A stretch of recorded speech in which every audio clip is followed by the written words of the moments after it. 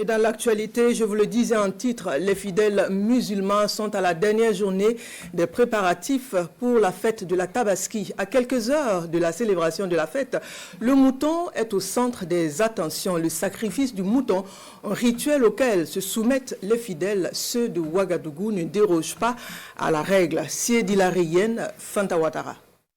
Marché conclu, Abdoul Hamid Bagagna achète ainsi son mouton de Tabaski au marché à bétail de Tanguin, tout comme dans les points occasionnels ou chez les revendeurs. Les clients font le tour à la recherche de l'animal de sacrifice. Des marchandages de part et d'autre. On a eu deux moutons à 275 000.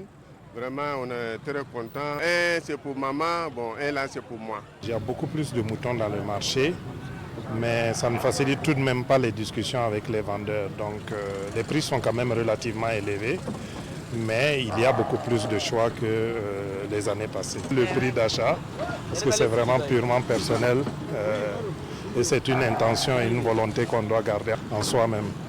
Bon, les moutons là, ils sont là.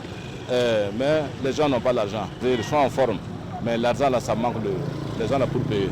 Des moutons, petits ou grands, il y en a pour toutes les bourses. 750, avec 600, avec 800, avec 650. Bon, il y a des 250, 300, et 125, et puis 150. Vraiment, sincèrement, dit le marché là n'est pas bon cette année-là. Ah, si c'est pas que ça va changer, sinon à l'air là, c'est pas bon. Ah, nous aussi, on est là. Depuis matin, on n'a pas encore vendu beaucoup. C'est une seule mouton qu'on a vendu. Depuis le début, là, on a vendu 20 moutons. Alors que les moutons, là, ça vaut 100 moutons. Sinon, cette année, vraiment, le prix a un peu monté. L'an passé, on a eu acheté des moutons à souvent 60 000, 75 000. Mais cette année-là, vraiment, on parle de 150, 175, 140. Ici, nous sommes au marché à bétail de Kilouin. Des moutons en abondance et des camions continuent d'en convoyer. Là également, les commerçants crient à la morosité du marché.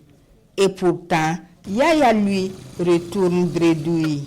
J'ai demandé de me proposer moins de 100.